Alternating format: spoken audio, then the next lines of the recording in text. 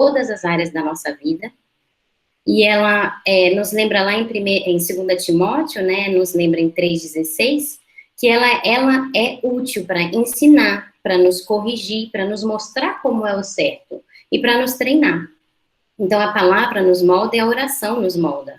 A Lil também falou sobre a oração, quem não viu também lá, no dia 1º de setembro, um outro Conexão, vale a pena também conferir para aprender mais um pouquinho também sobre isso. Eu não vou falar nem sobre a palavra especificamente, nem sobre a oração, mas é outra maneira que Deus nos molda, individualmente e coletivamente. Deus nos molda a nós mesmos, nas nossas particularidades, nas nossas singularidades, mas Deus também molda o povo dele, a igreja dele, o corpo de Cristo. Eu também não vou falar sobre isso. Quem quiser mais sobre isso, que é um assunto muito interessante, como Deus nos molda no coletivo também, um livro que eu indico é do Paul Tripp, Como as Pessoas Mudam, e parte dele eu também estou usando nesse estudo de hoje, tá? E, finalmente, Deus nos molda nas coisas extraordinárias que nos acontecem e nas coisas ordinárias que nos acontecem. Nas coisas incomuns, pontuais, únicas que nos acontecem, mas nas coisas cotidianas também. Coisas pontuais, por exemplo, a gente decide ir num retiro espiritual e aprende verdades realmente marcantes. A gente tem a morte, por exemplo, de um ente querido, de uma pessoa próxima, a perda de um emprego, o nascimento de um filho. Isso são formas que Deus nos molda um impacto bem grande na nossa vida, e aí a palavra e a oração se tornam um alicerce fundamental. Se ainda não eram, nesse momento, é aquela no amor ou na dor, né? Vai, porque de fato é o que nos sustenta num momento como esse.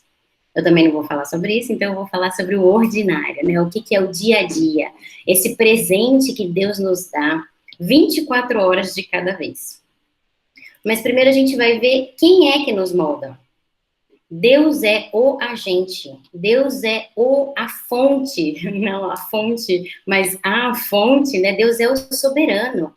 Ele, quando eu pensei nesse título, eu pensei logo no barro e no oleiro. Eu imagino que, inclusive, a foto, né, da apresentação tá com o oleiro moldando um barro. Deus é aquele que decide qual barro ele vai usar, quanta água ele vai colocar. Deus é que decide qual é a velocidade da roda. A Elaine, que me escuta aqui, a nossa artesã, espero que eu não esteja falando nada demais, assim, errado. Mas, de fato, quem está fazendo a arte é que toma as decisões. Ele é que faz, ele é que é o agente, né? O soberano. E Deus é assim para a gente, né? Nesse processo de transformação, é ele que é o soberano. Deus é o oleiro. E ele nos dá tudo o que a gente precisa para viver uma vida que o agrade, para passar por esse processo de transformação. Ele nos deu a sua palavra, ele acolhe a nossa oração, nos sela com o Espírito Santo, ele nos dá a família dessa nova vida que nós temos. É Deus que é o agente, a criação é dele, a redenção também é dele. Nosso foi o pecado e a queda, mas ele providenciou a redenção, a obra é dele, e ele é a garantia também de que a conclusão vai ser feita. E quem somos nós? A quem é o agente é Deus, e nós somos os receptores dessa transformação. Então, quem nós somos? Vamos nos lembrar. Como eu disse, a gente não está falando nada de novo aqui, mas a gente está falando verdades que a gente esquece, que precisa ser lembrado diariamente. Quem nós somos? Nós somos criaturas. Nós somos finitos, nós somos limitados. E às vezes a gente quer se passar pelo autossuficiente Criador, que diz o que é o certo e o que é o errado. É ele que diz, não somos nós. Às vezes nós somos servos e nós somos chamados a servir a Deus e ao próximo. E a gente quer agir como Senhor. Muitas vezes não obedecendo aquele que chamamos de Senhor, né? Quem mais nós somos? Nós somos pecadores, nós somos distorcidos, nós erramos o alvo. Nós não somos quem fomos criados para ser, né, por causa do pecado. E, finalmente, no nosso tema, no nosso título, o molda. Deus nos molda. O que é molda? É colocar numa forma, assumir uma forma. O molde, o nosso modelo, né? Quem é o nosso molde é Jesus. E é para lá que nós estamos caminhando. Nós que somos distorcidos pelo pecado, fomos criados na perfeição, distorcidos pelo pecado, agora estamos caminhando em transformação para chegar à estatura do varão perfeito, à perfeição de Jesus, né, que foi o homem perfeito.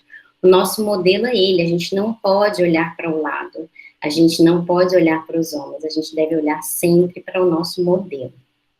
Muito bem, então vamos para o nosso tema de fato, que é o nosso discorrer sobre o nosso tema de fato, que é o nosso dia a dia, né? Já que a gente vai falar sobre o molde de Deus, a transformação de Deus no nosso dia a dia, vamos passar para isso de fato. Alguém consegue ligar o áudio aí e ler essa frase para mim? Eu deixei bem grande para todo mundo conseguir ler onde estiver. Posso ler? Antília. Como passamos nossos dias, é claro, como passamos nossas vidas. De Dillard. Antília. Como passamos os nossos dias é como passamos as nossas vidas. As nossas vidas são somatório dos nossos dias. A gente não acha que vai chegar lá no final da nossa vida e vai ser alguma coisa muito diferente a conclusão do que a gente fez diariamente. A soma dos nossos dias é que é o resultado, né, da nossa vida, de fato. O que a gente faz, então, no nosso dia a dia? A gente acorda, primeira coisa, né? A gente cuida do nosso corpo, a gente toma banho, a gente cuida do nosso cabelo, dos nossos dentes, do nosso físico, né, com exercício, a gente se alimenta, a gente faz diversas atividades domésticas. Aqui acho que só tem mulheres, não sei se tem algum homem, não consigo ver, mas eu imagino que tenham mais mulheres, e fazem diversas atividades domésticas. A gente também trabalha, né, em casa, ou agora quem já está saindo de casa para trabalhar, e temos o nosso lazer. Nós percorremos todo um dia. E o que a Bíblia tem a dizer sobre isso, né? O que a Bíblia tem a dizer sobre esse molde, essa transformação que é feita no nosso dia a dia? Então, tem esse versículo aí em Provérbios, no capítulo 3, que fala sobre isso. E eu vou ler. A Elaine pode ler para a gente esse versículo de Provérbios 3, 5 e 6? Acho que ela pode falar de cor, inclusive. A Elaine tem uma música nesse versículo que é linda, que eu não vou conseguir passar para vocês, mas quem quiser pode pedir para a Elaine, que ela passa para vocês. Precisa ligar, acionar o seu microfone, Elaine, aí você pode falar, por favor. O seu microfone continua desligado.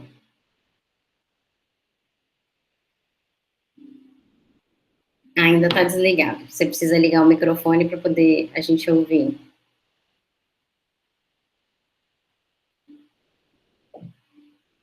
Você consegue isso? Pronto. Desculpa a demora. 3, 5 e 6. 3, 5 e 6. Confia no Senhor de todo o teu coração e não te estribes no teu próprio entendimento.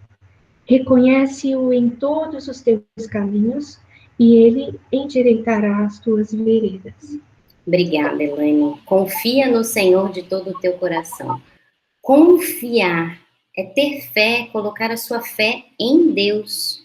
O confiar é a gente olhar para Cristo, para a graça de Cristo, para a glória de Cristo.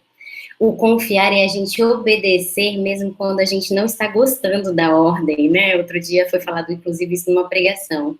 Confiar é a gente aceitar a vontade de Deus mesmo quando a gente não está entendendo o que Ele está fazendo. Isso é confiar. Confiar é se lançar, é depositar todo o seu peso sobre o Senhor. E não se apoiar no que você mesmo acha, né? Nem rela no que você acha que é a verdade. É se arrepender, somos chamados a nos arrependermos do que a gente mesmo acha. E o arrependimento é uma contínua luta contra o pecado. Contra achar que a gente sabe, achar que a gente sabe o que é certo, achar que a gente sabe o que é bom, achar que a gente sabe o que é bom para nós. É lutar contra o pecado, reconhecer o pecado e deixá-lo. Então, esse versículo aí, ele nos chama a duas coisas, a fé e ao arrependimento. A fé e o arrependimento, elas são essenciais foram essenciais quando a gente conheceu a Cristo. A cruz de Cristo, né, foi essencial. A gente reconheceu que a gente não poderia por nós mesmos, nenhuma coisa que a gente fizesse, a gente conseguiria a salvação. A gente admitiu, a gente reconheceu o nosso pecado e a gente olhou para a cruz de Cristo, que era pura graça, favor imerecido em favor de nós. A cruz de Cristo, ela foi fundamental, foi fundamental na nossa salvação e ela é fundamental nesse processo de santificação, nessa transformação que está acontecendo diariamente na nossa vida. Vou dizer uma ilustração para vocês de um pai que comprou um presente para um filho. E aí o pai, na véspera do Dia das Crianças, por exemplo, né? Então, o filho se comportou muito mal. Tem mais alguém sem som ou é só a Fátima na sala 4? Todos estão me ouvindo? Quem consegue ouvir faz um joinha. Obrigada, Antília. Sueli também. Fá, não sei o que a gente faz aí. Se você não está ouvindo, não sei bem como resolver. Talvez se você entrar como Fátima também. O som está ok. Ela Obrigada. pode entrar aliás, sair e entrar de novo, se não estiver funcionando. Viu, Fátima? Sugestões da Antília aqui. Sair e entrar de novo se não está funcionando o som para você. Mas estando para as outras, a gente continua. Espero que consiga resolver aí para Fátima. Voltando à nossa ilustração, na véspera do Dia das Crianças, o filho se comportou muito mal, mas enfim, o pai decidiu que ele ia dar um presente para o menino, então no Dia das Crianças, né, no dia seguinte, ele trouxe um presente para a criança. A criança ficou muito envergonhada, porque ela sabia que ela não merecia aquele presente. Aquele presente não era por mérito, não era por bom comportamento, era pela graça. Era porque o pai queria dar aquilo, porque o pai desejava dar aquele presente.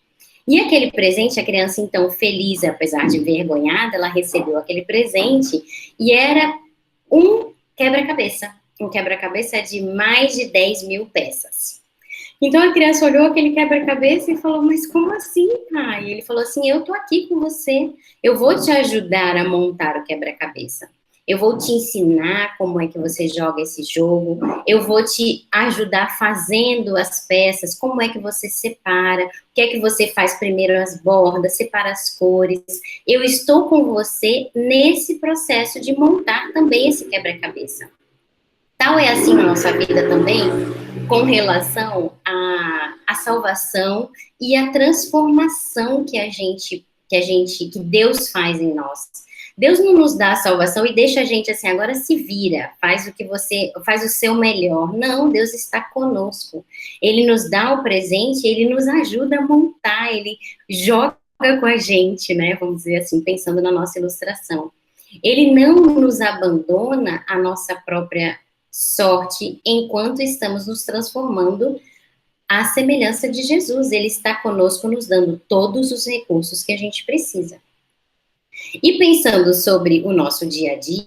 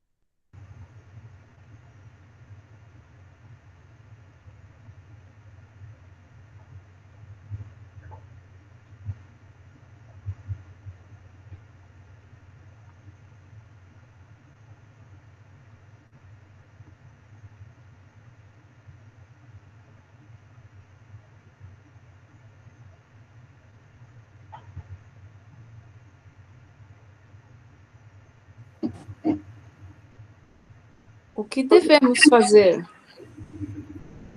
Todo mundo tem que sair e entrar de novo? Ou espera? Ela saiu, ela caiu a conexão dela, eu acho.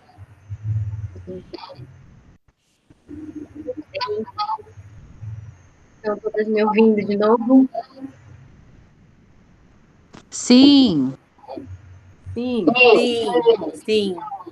A internet caiu aqui, gente, mas voltamos. Vamos tentar continuar, então. Vamos começar o nosso dia. Como é que a gente começa o nosso dia? A gente começa acordando. Aqueles primeiros segundos que a gente está entre o acordar, entre o dormir e o acordar, a gente também tem consciência, a gente se pergunta onde eu estou, que dia é hoje, quais são minhas atividades de hoje. É um momento que a gente está totalmente dependente, a gente está totalmente vulnerável. É um momento onde a gente percebe que a gente não fez nenhum esforço para passar a noite inteira acordada.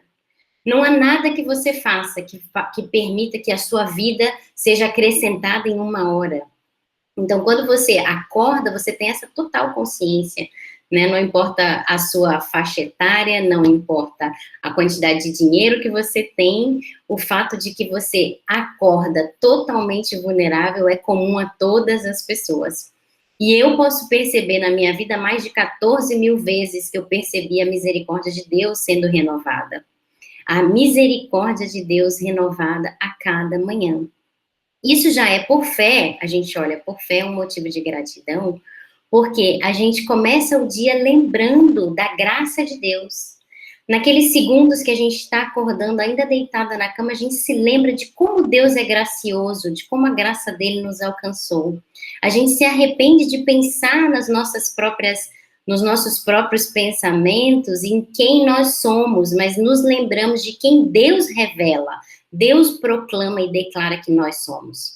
Ele diz lá em 1 João que nós somos filhos de Deus, nós passamos de criaturas pecadoras a filhos de Deus. Nós somos filhos adotados, nós somos de ordem natural, nós somos escolhidos por Deus para sermos filhos. Nós somos perdoados, todos os nossos pecados de ontem e os de amanhã já foram perdoados por Jesus ali na cruz.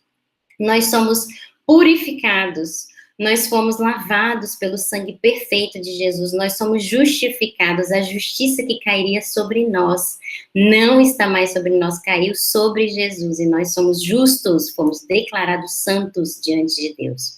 E por último, lá em 1 João, né, a Bíblia fala muitas outras coisas sobre a nossa identidade, mas nós fomos selados pelo Espírito Santo, e isso é a garantia de que moraremos na eternidade com o Senhor.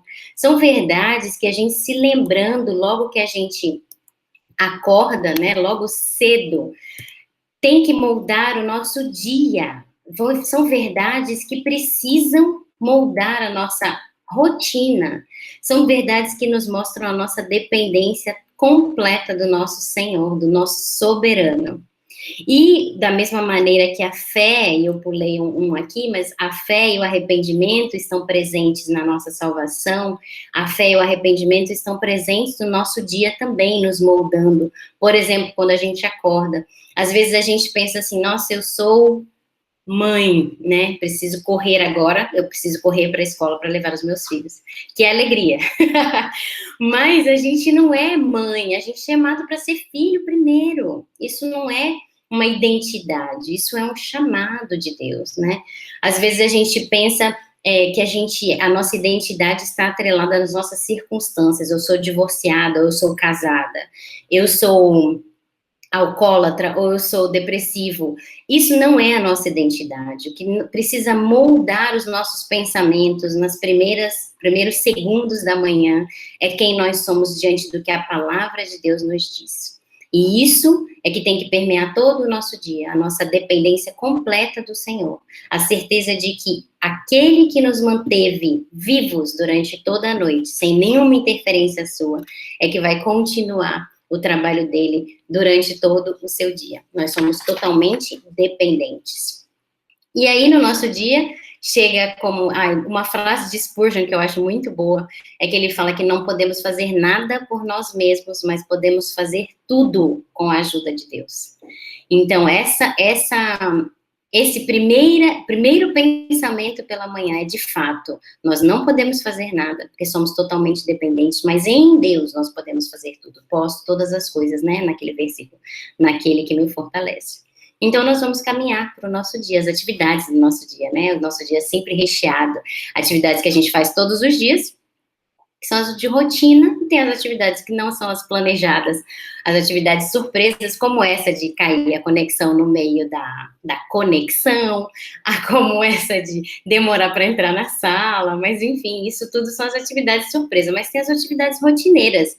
Não sei se vocês conseguem reconhecer uma atividade rotineira tal como essa, que eu acho que eu não estou compartilhando nada, né? Agora que eu percebi, eu consigo compartilhar? Vocês estão vendo a tela?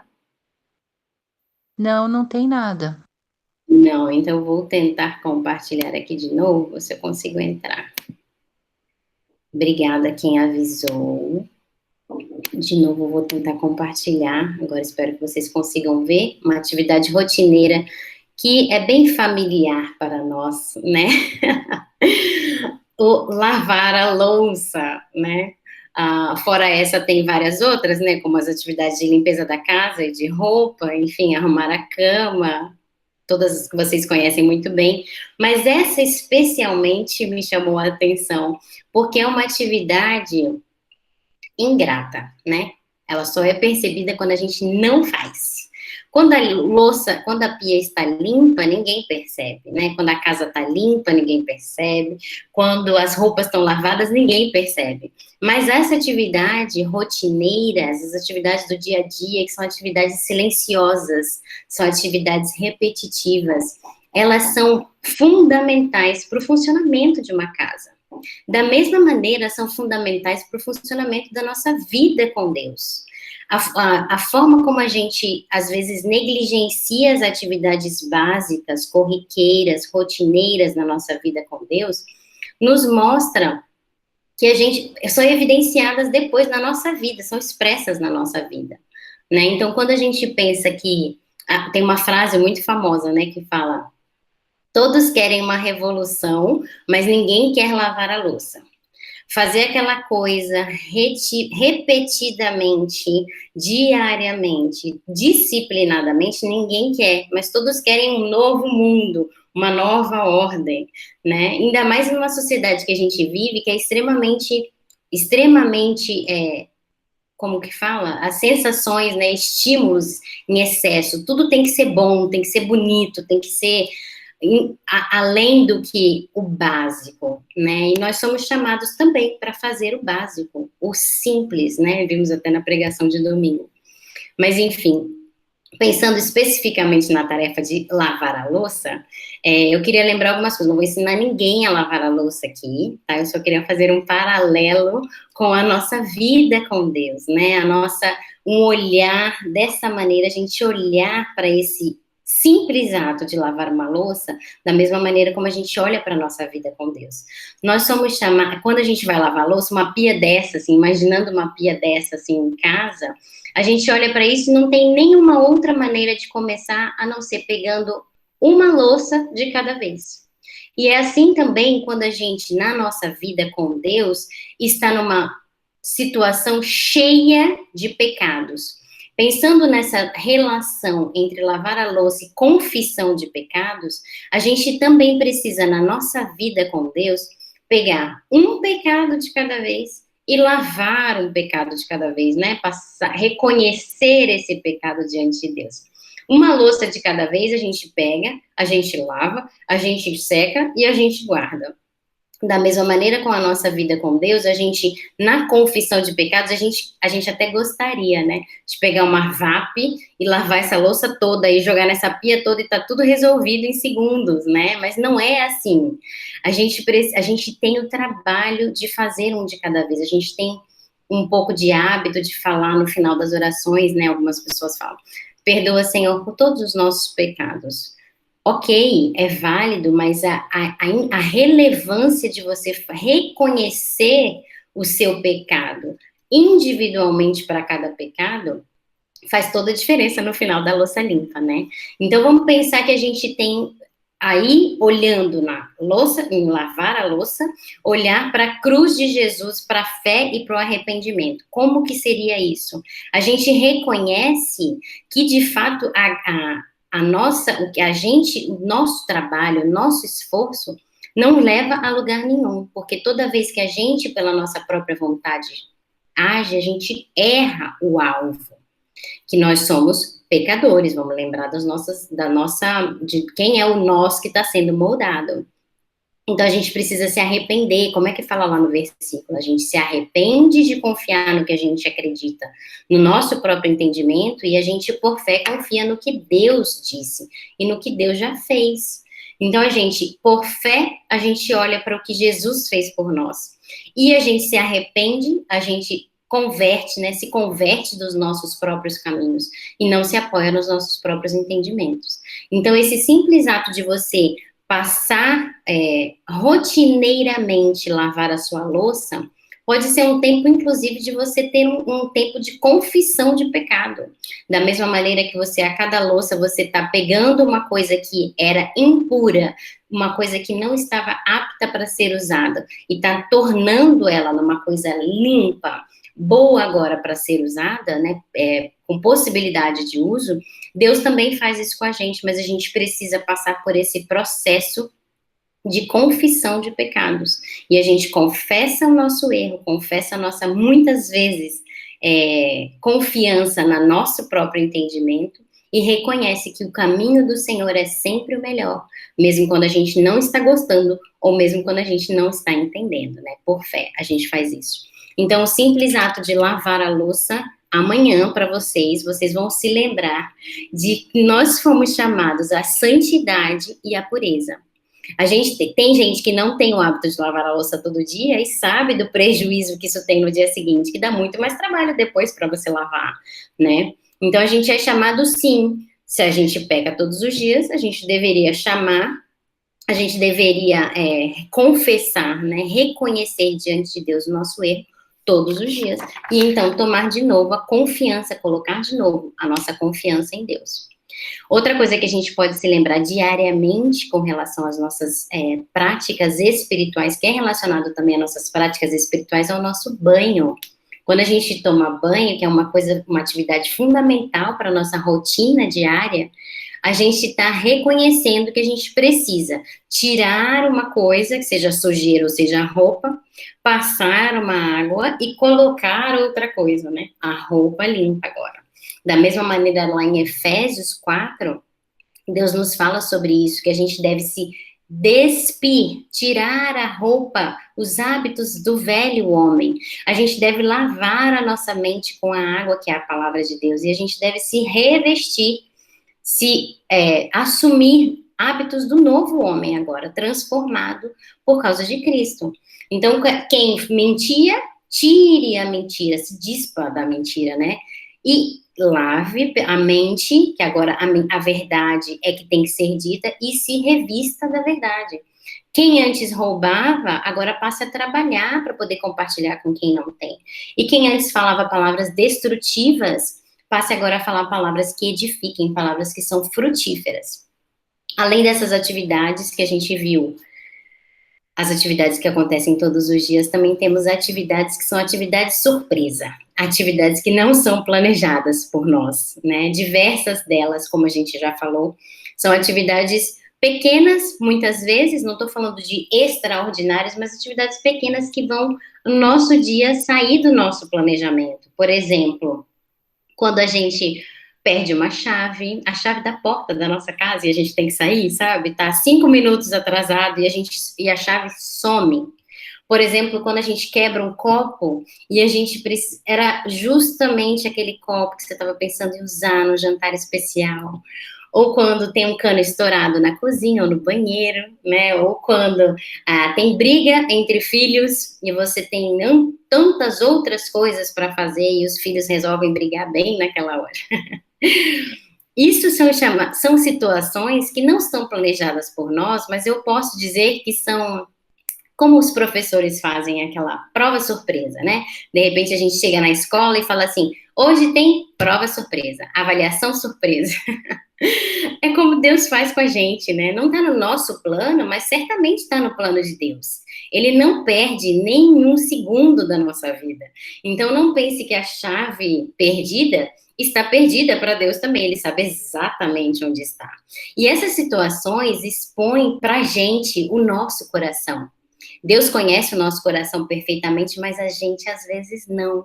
E Deus expõe para a gente o nosso coração e fala para a gente assim, olha, isso que você precisa, isso que eu preciso ensinar, isso que eu preciso corrigir, isso que você precisa refazer, ó, não é assim, é assado que é para fazer.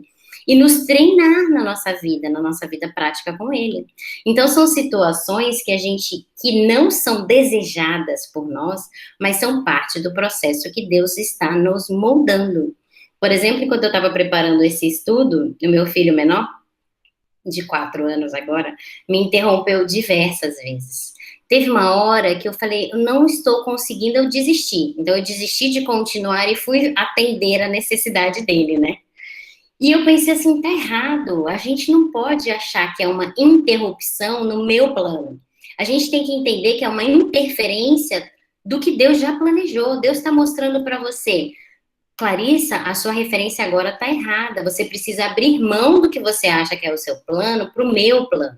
Porque eu estou colocando diante de você o meu plano. Eu sei quais são as lacunas que você tem, quais são as deficiências, as falhas que precisam ser corrigidas, que precisam ser ensinadas, que precisam ser treinadas. E eu estou colocando uma oportunidade agora para você. São oportunidades de crescimento. E é aquela história do chá, não sei quem já ouviu a ilustração, Fá, com certeza, já ouviu a ilustração do chá. Quando a água quente chega no chá, ela expõe, ela exala o seu sabor e o seu aroma. A culpa, o resultado do chá não está na água, está no que está dentro do saquinho. E da mesma maneira é com a gente, o nosso coração exposto na situação. A culpa não é da situação em si, mas de quem de fato está reinando no meu coração, ou o que de fato está sendo adorado pelo meu coração. Quando a gente pega uma situação como essa, quando pega uma situação, por exemplo, não sei se vocês já passaram por isso, eu já passei por isso, a gente está atrasado, está assim, justinho no horário, e aí você vê uma pessoa que está precisando da sua ajuda. Aquela coisa assim, um idoso do prédio que derrubou todas as compras do carrinho do supermercado. Aí você pensa, vou ganhar 5 minutos, vou perder 15 minutos, o que eu vou fazer? É um abrir mão do que é o seu benefício, você abre mão de uma coisa por outra pessoa. Essas situações surpresa, né, as atividades surpresas que não são planejadas, são chamadas de Deus para a gente abrir mão do que a gente acha que é bom para nós. Da gente se arrepender, mais uma vez, de achar que a gente sabe, que a gente conhece o plano dele. E que a gente faz o que é melhor, né, claro. Mas é a gente olhar com fé, porque Deus está planejando, porque Deus está no controle. É nos chamado, Deus nos chamando a renunciar e a amar o próximo e amar a Deus. Claro, amando o próximo, a gente está mostrando esse amor a Deus também. Fora isso, uma atividade que todo mundo faz também, e aí nós vamos chegando no final do nosso dia. Eu realmente não vi a hora que eu comecei, mas deve estar acabando já o meu tempo. Eu tô de olho aqui no horário para não pegar muito tempo de vocês também. Mas a gente está chegando no final do nosso dia. E no final do nosso dia é quando todos nós dormimos, né? É quando a gente descansa, é quando a gente, por mais tempo que a gente leve acordado, por mais atividades ou menos que a gente tenha tido ao longo do nosso dia, alguma hora. E eu sei que tem uma pessoa aqui que gosta muito de dormir no sofá, resiste bravamente até o último segundo acordada, mas cochilando. E a gente precisa dormir. Alguma hora no final do nosso dia, ou mesmo que seja da madrugada, a gente precisa descansar. E esse chamado físico, ele mostra pra gente a nossa limitação, a nossa finitude. As coisas têm um fim para nós. Para Deus não, mas para nós tem um fim. E nós somos chamados a esse descanso físico. E da mesma maneira, como todas as coisas até agora, a gente consegue perceber que nenhum controle a gente tem. Quando a gente, de fato, dorme, se a gente baixasse um pouquinho só a nossa pressão arterial, o nosso batimento cardíaco, a gente, de fato, morreria. Então, a gente não tem nenhum controle sobre a nossa vida, nossa sobrevivência enquanto nós estamos dormindo. É na total dependência de Deus. A gente assume que a gente depende totalmente dele quando a gente descansa. De fato, né? A gente coloca, por mais atividades que a gente tenha feito durante o dia, mais obras que a gente tenha feito, a gente no final do dia coloca nas mãos de quem é o dono da obra, de quem vai levar a cabo essa obra que está sendo feita. Quando a gente deita e dorme mais ou menos 8 horas por dia, dá mais ou menos 1/3 da nossa vida, né? A gente não está nem consciente da nossa sobrevivência. Mas Deus está no controle absoluto das nossas vidas. Nesse chamado para descansar, a gente é chamado mais uma vez a responder ao Senhor com fé e arrependimento. Quando a gente olha para o que Deus fez e a gente reconhece que a obra é dele, a gente reconhece que não tem nada que a gente possa fazer, que a gente possa merecer mais um dia, mais uma oportunidade. E a gente se arrepende dos nossos próprios caminhos, do nosso próprio entendimento, né? Como diz lá em Provérbios. E a gente se entrega para Deus. O chamado de dormir é um chamado de Deus para a gente descansar nele e na sua perfeita vontade. Tem uma frase da Elizabeth Elliot, que é aquela missionária famosa que perdeu o marido foi assassinado pelos índios, né, lá no Peru, no século passado, e a frase famosa dela diz assim: ou você crê que Deus sabe o que ele está fazendo, ou você crê que ele não sabe o que ele está fazendo. Quando a gente descansa em Deus, a gente declara que a gente sabe o que ele está fazendo, e obedece e confia, mesmo não gostando, ou mesmo sem entender o que ele está fazendo. Nosso chamado a descansar em Deus, mais uma vez, exige fé e arrependimento. E como a gente viu no começo, nosso modelo é Jesus. O nosso modelo perfeito de totalmente dependente do Senhor, que a gente pode ver diariamente, tem oportunidade de reconhecer isso no nosso acordar. Totalmente santo e puro, e a gente pode ver isso no nosso lavar de louça e ter um tempo de confissão de pecados. Renunciou, é o exemplo maior de renúncia e de amor, é Jesus, né? Renunciou a tudo que ele tinha, ao plano que ele pudesse ter, para cumprir o plano. Ele abriu mão do bem dele para o bem do próximo. E descansou plenamente na vontade do Pai. A gente pode ver a renúncia e o amor nas atividades surpresas que Deus prepara para a gente ao longo do dia, né? E também no descanso em Deus, no dormir, ele chama a gente a descansar na sua perfeita vontade, que é sempre boa, agradável e perfeita. Quando a gente olha para o nosso modelo, Jesus, a gente fala assim, mas ele teve uma vida extraordinária, né? Nos últimos 3 anos de ministério, sim, mas os primeiros 30, não. Foi uma vida normal, uma vida ordinária, uma vida comum. Ele aprendeu uma profissão, ele exerceu uma profissão, ele dormiu, ele acordou, cerca de 11.000 dias. Ele dormiu, ele acordou, ele comeu. Ele fez atividades surpresas também pelo pai dele, mas o mais importante, ele não desperdiçou nenhuma das oportunidades para crescer em graça e em sabedoria diante de Deus e dos homens, como diz lá em Lucas 2. Então, a minha oração para esse tempo de agora, né, para cada uma de vocês, é para despertar na consciência da presença de Deus e da ação de Deus em cada uma das nossas atividades. Se o próprio Deus veio a nós e ele acordou e dormiu, ele fez atividades rotineiras, repetitivas, que ninguém percebia, né? Ele teve atividades surpresas que ele pôde ser lapidado, pôde crescer em sabedoria diante de Deus. Quem somos nós, né? Muito mais nós. A consciência da presença de Deus e da ação de Deus agindo em cada uma das coisas corrobora, coopera para a obra que Deus está fazendo em cada uma de nós. E eu queria a última, que alguém lesse, alguém pode abrir, por favor, o áudio aí, e ler a última frase nossa da apresentação, e aí eu já abro para perguntas e comentários, tá bom? Voluntários, eu vou chamar alguém. Se não tem voluntários, eu vou chamar alguém.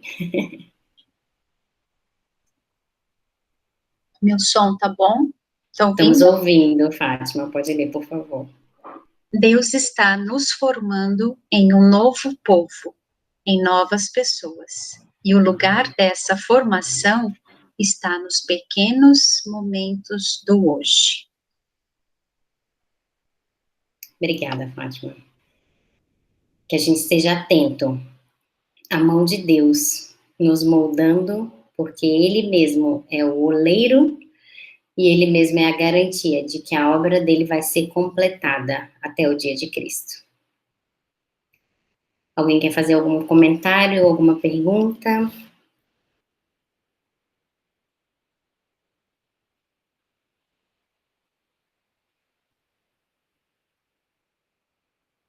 Deixa eu parar a apresentação aqui, né? Que já foi o último. Parte dessa apresentação foi baseada também num livro que se chama Liturgia do Ordinário, que é essa última frase da autora: Deus está nos formando em um novo povo, em novas pessoas, e o lugar dessa formação está nos pequenos momentos do hoje. Então, quem tiver interesse e quiser conhecer mais sobre isso, sobre outras atividades do nosso dia que também nos moldam e nos levam à fé e ao arrependimento e à semelhança de Jesus, né? Pode procurar nesse livro também, tá? Liturgia do Ordinário.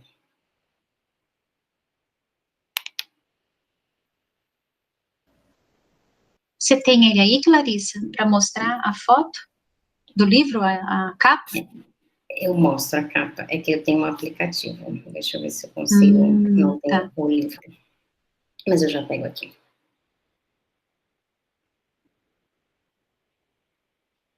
Não sei se vocês vão conseguir ver se a capa é muito pequenininha.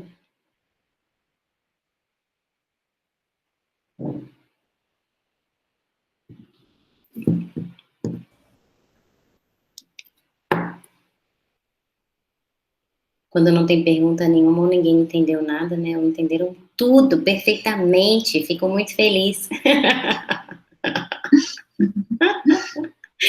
Mas eu participo semanalmente do Conexão Fonte e eu achei até surpreendente a participação de vocês. Eu agradeço as cooperações nas leituras, viu? Meninas, muito obrigada.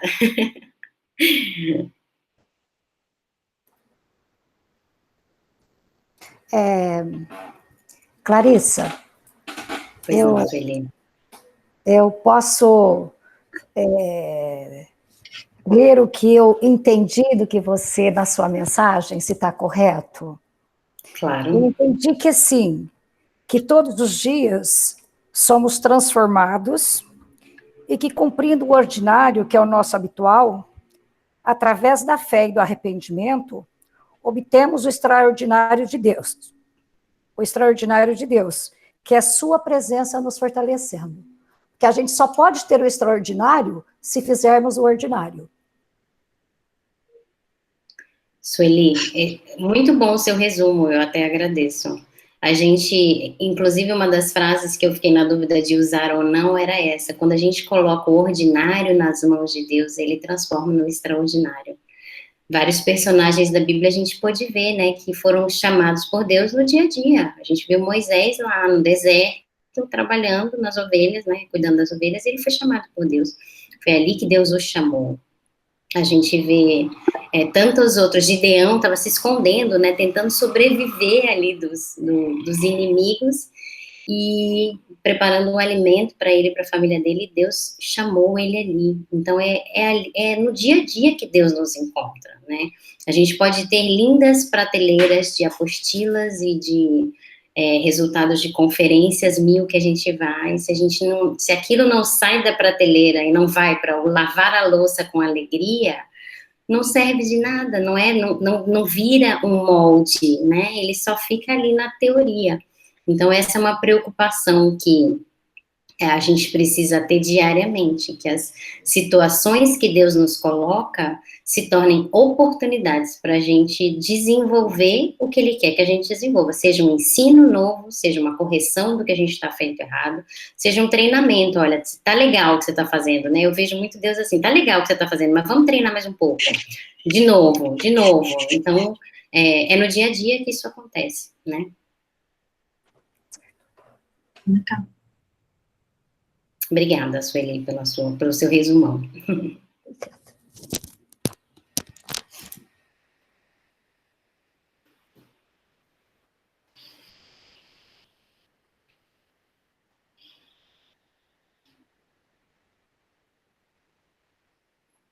Fátima, acho que você pode pelo menos parar de gravar, e se mais alguém quiser falar alguma coisa secretamente, que está com vergonha de dizer diante das câmeras, eu estou à disposição. Mas acho que a gente pode encerrar, né, se ninguém mais tem alguma colocação para fazer.